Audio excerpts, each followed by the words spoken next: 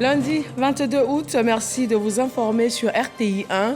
Voyons les titres à la une ce soir. Les affiches et spécimens pour les prochaines élections législatives et sénatoriales partielles ont été remis ce matin aux candidats par la Commission électorale indépendante CEI. La campagne électorale va démarrer le vendredi prochain pour durer une semaine.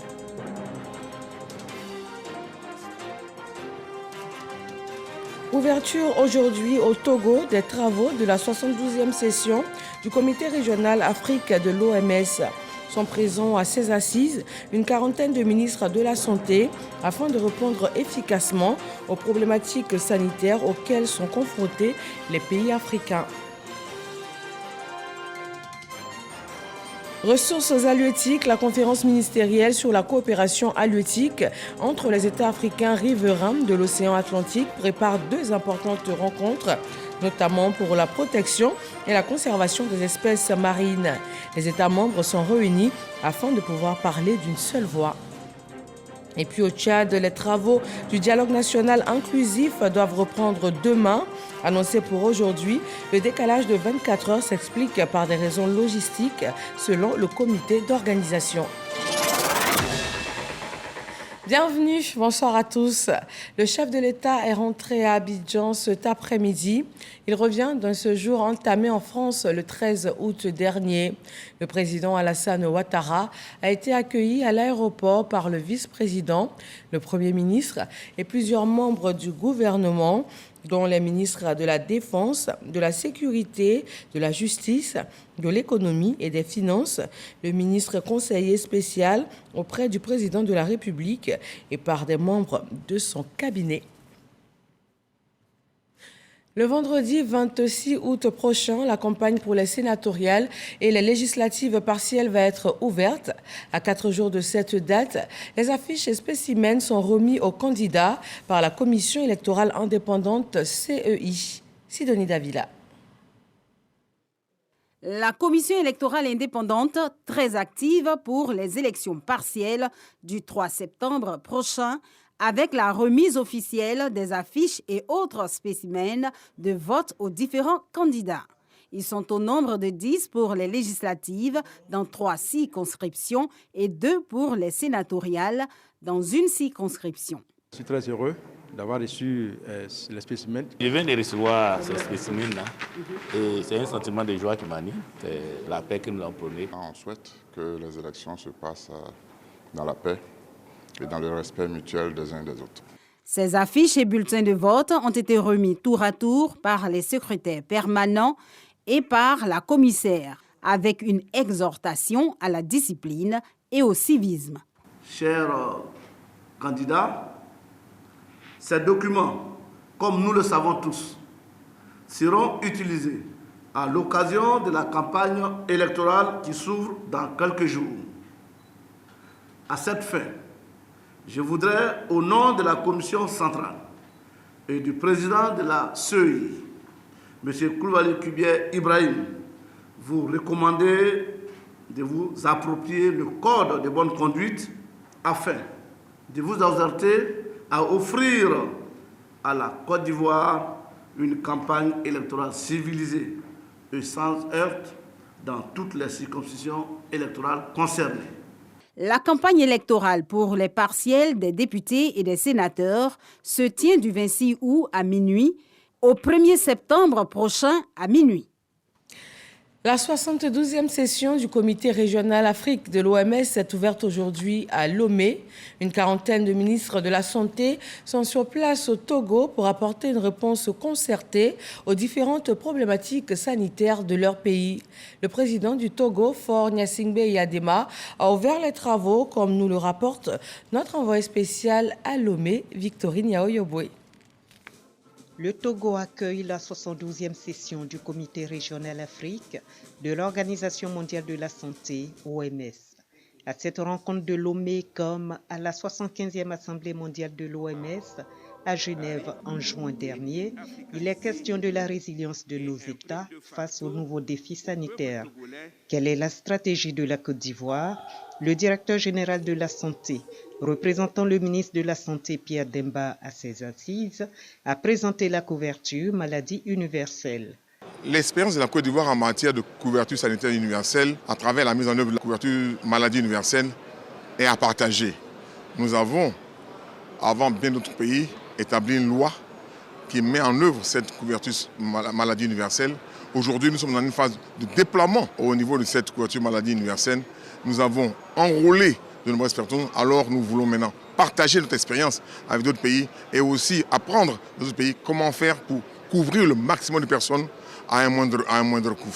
L'expérience ivoirienne ainsi que les avancées dans les autres pays africains ont été saluées par les premiers responsables de la santé mondiale, le directeur général de l'OMS en l'occurrence. Le Togo a été particulièrement félicité pour avoir éradiqué 4 maladies tropicales dites négligées. Il s'agit de la filariose, du trachome, de la trypanosomiase humaine africaine et de la dracunculose. Fort de ces encouragements, le président du Togo s'est voulu rassurant quant à l'avenir sanitaire de l'Afrique et de son pays en particulier, mais à une condition, il faut agir.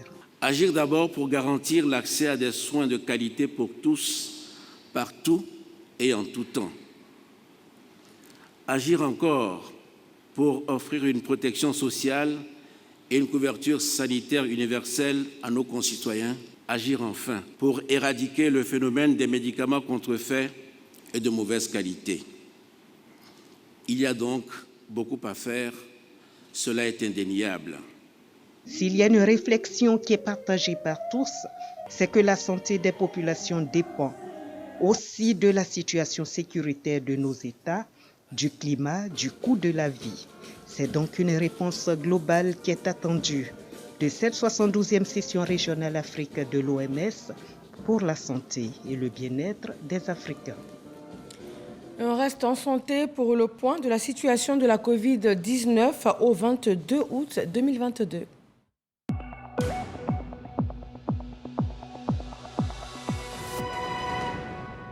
Le ministère de la Santé, de l'Hygiène publique et de la couverture maladie universelle dénombre 5 nouveaux cas de Covid-19 sur 402 échantillons prélevés, 49 guéris et 0 décès. En termes de vaccination, 18 188 833 doses ont été administrées du 1er mars 2021 au 21 août 2022.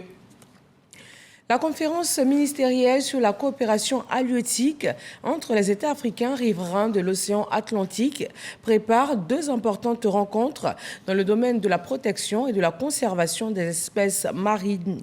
Les États membres ont décidé de parler d'une seule et même voix afin de défendre plus efficacement l'avenir de leurs ressources marines. Jean-Luc Bangbo. C'est une rencontre qui consacre la volonté de renforcer la voix de l'Afrique au sein des instances internationales traitant des questions relatives aux ressources marines. Ministres et experts des États africains riverains de l'océan Atlantique veulent désormais parler d'une même voix afin d'assurer l'exploitation durable de leurs ressources halieutiques. C'est bien de participer au processus depuis son début jusqu'à son aboutissement et de pouvoir tout au long défendre les intérêts des États africains. Cette rencontre intervient en prélude de 2 rendez-vous internationaux cruciaux pour la conservation et la gestion des ressources marines vivantes. Il y a la réunion de la commission baleinière, il y a la réunion de la CITES, etc., qui devront prendre des positions stratégiques importantes. Il se trouve malheureusement que quand les différentes commissions au niveau international se réunissent, la voix de l'Afrique depuis des années ne s'est pas portée là où il se devait. Donc la COMAFAT a décidé de porter le message, surtout l'initiative de regroupement de l'Afrique autour d'une seule voix, pour défendre ses intérêts. Les participants ont été invités notamment au cours de cette rencontre à faire des propositions sur les mesures internationales concernant les espèces aquatiques exploitées à des fins commerciales. Position qu'il s'agira de défendre plus tard en tant que groupe uni aux instances internationales comme la CITES. Le message, surtout l'initiative de regroupement de l'Afrique autour d'une seule voix pour défendre ses intérêts, pour la protection de ses ressources halieutiques, mais aussi pour leur valorisation, pour en faire une ressource durable. Parce que quand les autres pays viennent pêcher dans nos eaux, ces pays ne nous laissent pratiquement rien. Donc ce sont nos différentes populations qui en subissent le contre-coup. Le ministre ivoirien des Ressources animales et halieutiques a ouvert les travaux avant d'effectuer une visite de travail au port de Tangimed et à l'Institut national de recherche halieutique INRH pour un partage d'expériences. Sur le sol ivoirien, le ministère de la Famille, de la Femme et de l'Enfant a signé une convention avec 5 microfinances, 300 millions de francs CFA à disposition par le gouvernement afin de financer des activités génératrices de revenus, principalement pour les femmes. Patricia Omoetia. 5 systèmes financiers décentralisés ont bénéficié de 300 millions de francs CFA pour l'autonomisation de la femme. Pour la porte-parole, ces fonds vont permettre aux femmes les plus démunies d'avoir des activités génératrices de revenus qui vont améliorer à coup sûr leurs conditions de vie et celles de leur famille. Nous rêvons avec ce fonds à l'autonomisation de nombreuses familles afin de leur permettre d'être à l'abri de la précarité. Merci pour la confiance placée en nous et nous venons ici vous donner l'assurance que nous ferons bon usage de ce fonds que vous mettez à la disposition de nos structures.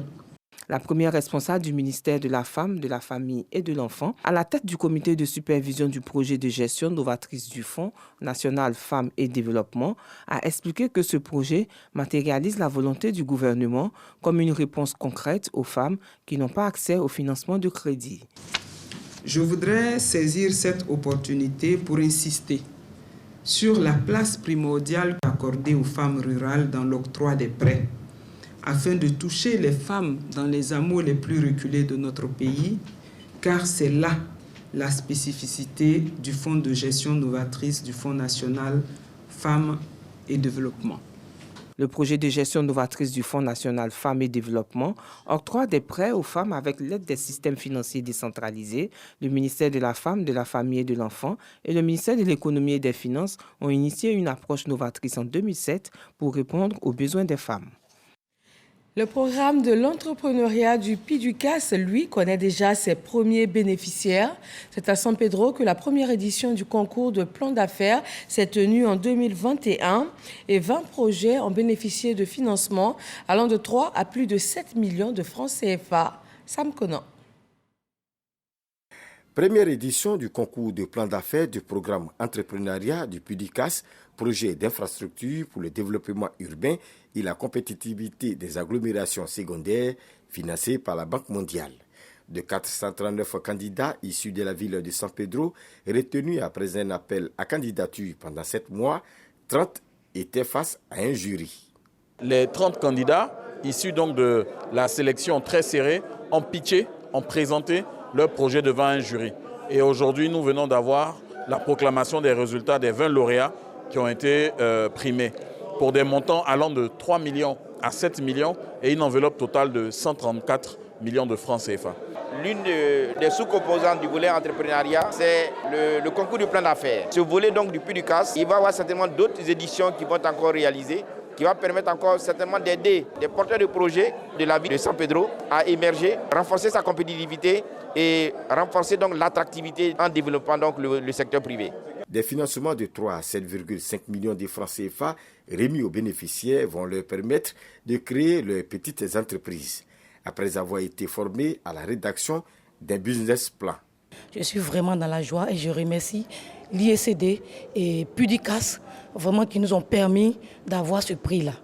Oui, je veux relever ce défi et le défi avec vraiment mon projet pour vraiment développer aussi la ville de San Pedro en créant des emplois. San Pedro et Boaké, qui va abriter la prochaine édition, sont les 2 villes de l'intérieur du pays bénéficiaires du PIDUCAS. Dans la région du Tongpi, le chef de cabinet du président Alassane Ouattara a eu plusieurs rencontres avec les populations. Il a été question de culture, mais Claude Sailly a surtout sensibilisé à la paix et au vivre ensemble. Éric Goré. Claude Sailly dans le pays profond, le chef de cabinet du président de la République communie avec les populations de Dingouin. C'est dans le département de Biancouma. Un moment particulier pour ces populations de valoriser leur culture à travers des danses et des chants.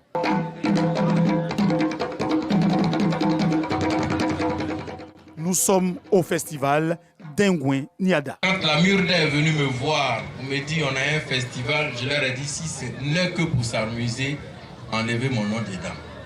Mais si c'est pour poser un acte, qu'il soit de développement culturel, social, économique, tout ce que vous voulez, mais qui apportera un plus au bien-être des populations, je suis d'accord. Justement, cette occasion est propice pour l'hôte spécial qui a saisi l'occasion pour parler de développement. Il a demandé aux populations de s'inscrire résolument dans la vision de développement du président de la République qui fait bouger tout le pays par ses projets de développement. La création d'un port sec, l'ouverture d'une voie qui va dans l'ancien village mais qui est en réalité la voie qui mène vers les plantations pourvoyeuses de produits vivriers, la construction d'un château d'eau, l'extension du réseau électrique.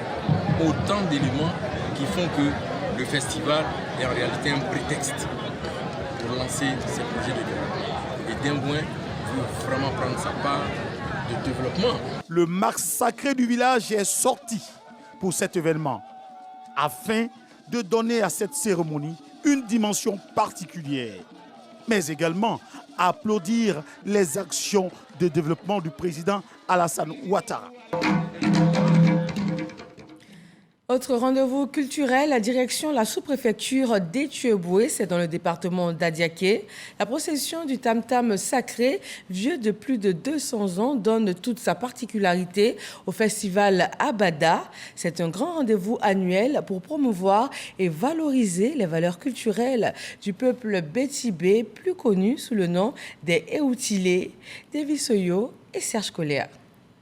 Revêtus de tous les attributs identitaires, les initiés du bois sacré sont reconnaissables dans cette ambiance surchauffée. Bienvenue à Étiouéboué, siège du royaume Bétibé, dans le département d'Adiaké, région du Sud Komoui. La grande procession de la Bada, le tam-tam sacré, vieux de 200 ans, a réuni tout un peuple. Invoquant l'esprit des ancêtres, les initiés entament la procession.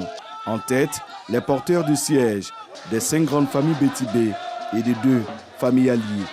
Les matrones, représentant la fertilité et la vie, suivent. Ensuite, les prêtresses et les guerriers, exclusivement dédiés à la sécurité du tam-tam et du roi. C'est la 8e édition du festival Abada, un rendez-vous annuel pour la promotion et la valorisation des attraits culturels du peuple Bétibé. Cette année, le festival Abada s'ouvre davantage au monde extérieur. En témoigne l'entrée du premier initié du race blanche, Thomas Penko, baptisé Oblo Bataillon, crée l'attraction. Pour moi, c'est très important que tout le monde en Espagne connaisse la tradition des Éthiopes pour respecter à les Africains.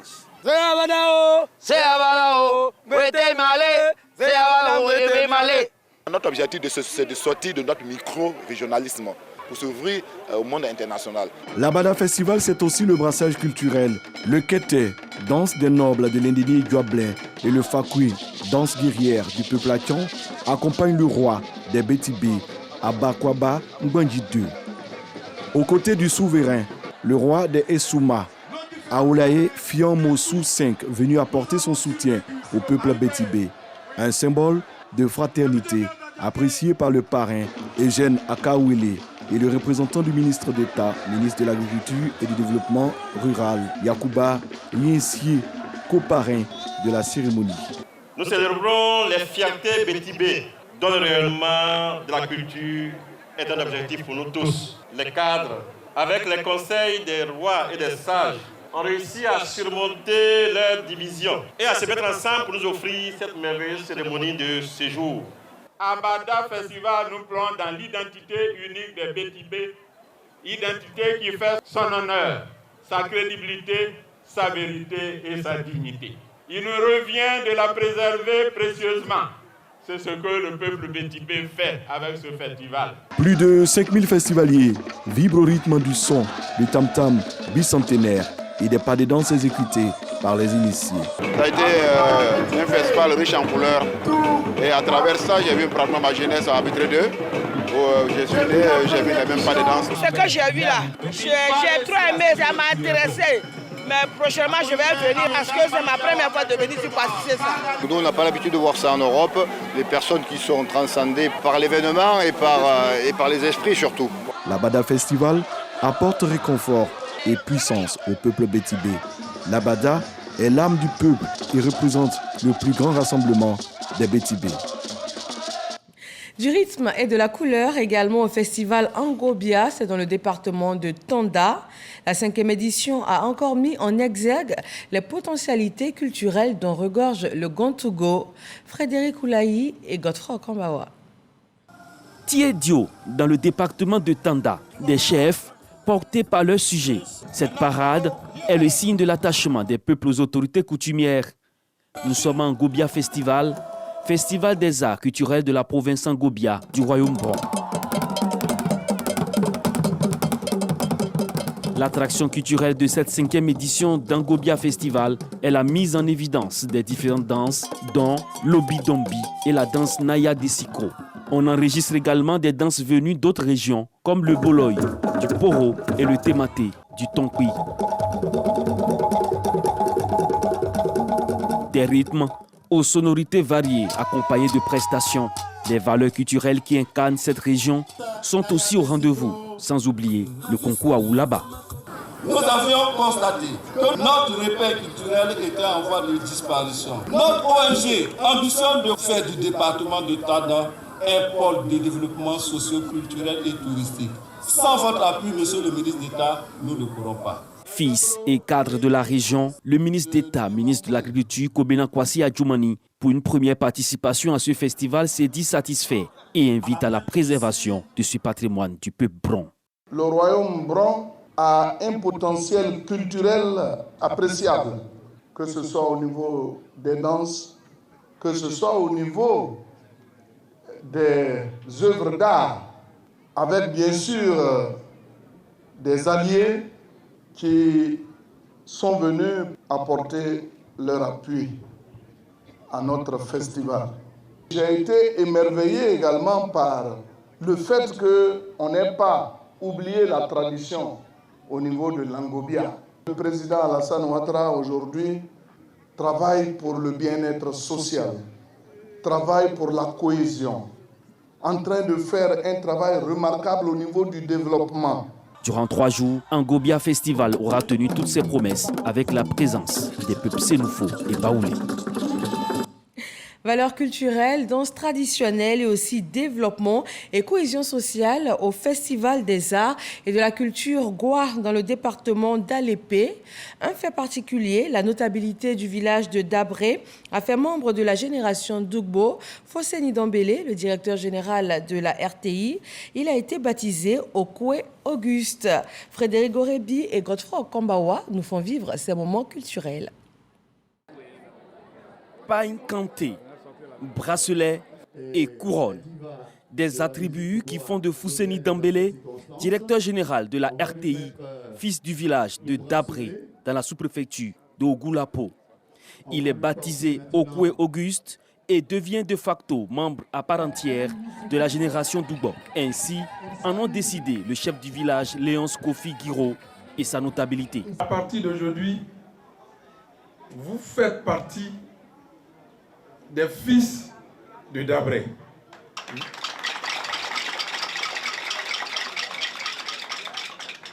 Je vous ai demandé de venir à Dabré pour qu'on amorce le développement.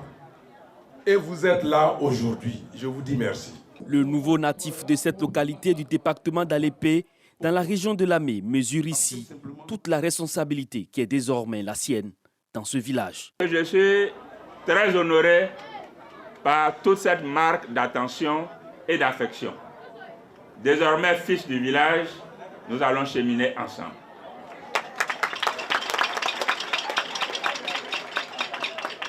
Et ensemble, nous allons travailler à faire grandir le festival Goua. Pour Fosseni Dambélé, le fait d'être accepté comme membre de la communauté d'une localité du sud du pays est le symbole que la Côte d'Ivoire est une et indivisible. À Dabré, nous sommes fiers de notre pays. Et notre pays, c'est le vivre ensemble. Notre pays, c'est le partage. Notre pays, c'est l'amour. Notre pays, c'est la cohésion sociale. Notre pays, eh bien, c'est le travail. Cette cérémonie s'est déroulée en marge de la 5e journée du 2e Festival des Arts et de la Culture Goua, dont le directeur général de la radiodiffusion-télévision ivoirienne assure le parrainage. L'art et la culture également utilisés pour promouvoir l'identité culturelle. C'est tout le sens de cette exposition d'œuvres d'art familiales entre mères et filles que nous invite à voir Franck Wadio. Une exposition familiale entre mères et filles pour promouvoir l'identité culturelle ivoirienne et africaine.